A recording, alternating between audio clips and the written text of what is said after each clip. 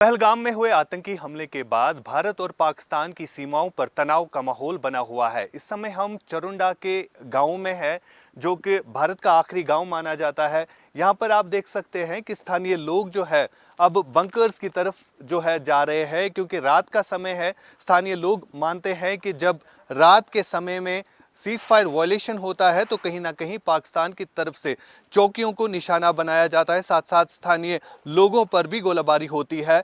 यहाँ पर बंकर्स जो है वो बनाए गए हैं और शाम के टाइम पर जो है ये स्थानीय लोग जो है इन्हीं बंकर्स में जाकर जो है कहीं ना कहीं रात बिताते हैं, जब तक ना फायरिंग रुक जाए। बीते कुछ दिनों से लगातार जो है फायरिंग इंसिडेंट होते हैं और चरुंडा के इस गांव में भी कई बार फायरिंग जो है हुई है, जिसके कारण यहां पर आज तक कई लोगों की जानें भी चली गई है। फिलहाल आप देख सकते हैं कि किस तरह यहाँ पर ये बंकर्स होते हैं, सीमेंटेड बंकर्स होते हैं, लेकिन इन बंकर्स को और बनाने की ज़रूरत है। कुछ लोगों से हम बात भी करेंगे और ये देख सकते हैं आप बच्चे किस तरह से है, और इन बच्चों को इन्हीं जगहों पर लाया जाता है जब पाकिस्तान की तरफ से युद्ध विराम का उल्लंघन होता है। यहाँ पर स्थानीय लोगों से बात करेंगे। आप मुझे बताइए, फायरिंग जब होती है किस तरह के हालात होते हैं यहाँ पर, ये बताइए।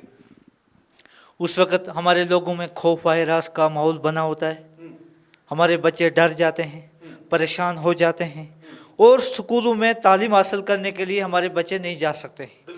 बच्चों के पेरेंट्स को एक डर का माहौल होता है, बच्चों के पेरेंट्स बड़े परेशान हो जाते हैं। हमारे माएँ, हमारे बहनें, हमारे बुज़ुर्ग बड़े परेशान रहते हैं कि हमारे बच्चे जब सुबह स्कूल के निकलते हैं तो ऐसा ना हो कि अचानक पाकिस्तान की तरफ से कभी भी गोलाबारी शुरू हो जाए तो पता नहीं क्या होगा, पता नहीं हमारे बच्चे सही सलामत घर वापस लौटेंगे नहीं लौटेंगे। ये एक डर का माहौल हमेशा बना रहता है। बिल्कुल, डर का माहौल जो है हमेशा इन सीमावर्ती इलाकों में बना रहता है, लेकिन ये भी कहा जा रहा है कि जब शाम का टाइम होता है उस समय फायरिंग होती है। क्या हम उस टाइम में बच्चों को लेके इस बंकर में घुस जाते हैं। अच्छा। पाकिस्तान फायर करता है तो फिर हम जब अंधेरा होता है वो फायरिंग करते हैं। अच्छा। फिर हम बंकर में घुस जाते हैं सुबह तक। उजाला होने के टाइम जब फायर का बंद हो जाता है तो फिर निकल जाते हैं। 2019 से पहले जब भी सीज फायर वायलेशन हुआ, जब भी फायरिंग हुई, तो उसमें काफी नुकसान जो है इस गांव को झेलना पड़ा। हमारे गांव में इंसानों का बहुत नुकसान हुआ, माल मवेशी का नुकसान हुआ, मकान गिर गए। मकानों के ऊपर हमारे जो इंडियन आर्मी है हमारी, ये उनकी पोस्ट को टारगेट करता है, लेकिन वो ऐसा नहीं करते हैं। अच्छा। वो हम सिविलियन के ऊपर फायरिंग करते हैं, ज़्यादा सिविलियन के ऊपर फायरिंग करते हैं। तो इसलिए हमें डर का माहौल रहता है 24 घंटे के, कहीं हम बाहर होंगे तो मार न दें। देखिए, ये छोटे बच्चों को देखकर आप अंदाज़ा लगा सकते हैं कि किस तरह का डर जो है रहता है इन सीमावर्ती इलाकों में, कि ये फैमिली एक है जो यहाँ पर शाम के टाइम पे आती है। और सबसे बड़ी बात ये है कि बीते 2 दिनों से लगातार जो है पाकिस्तान की तरफ से युद्ध विराम का उल्लंघन जो है किया जा रहा है, और सरकार की तरफ से जो बंकर्स यहाँ पर बनाए गए हैं खासतौर पर इन्हीं लोगों के लिए जो सीमावर्ती इलाकों में रह रहे हैं।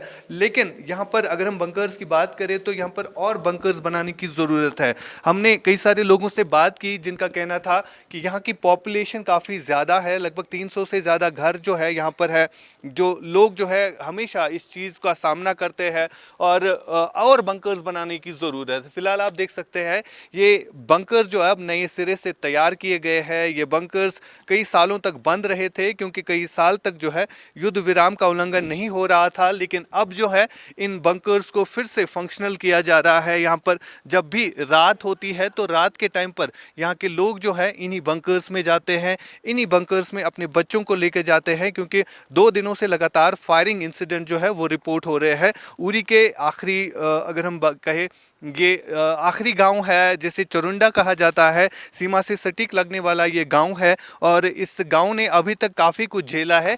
कई सारे लोगों की जानें भी चली गई है और कई सारे मवेशियों को भी नुकसान पहुंचा है।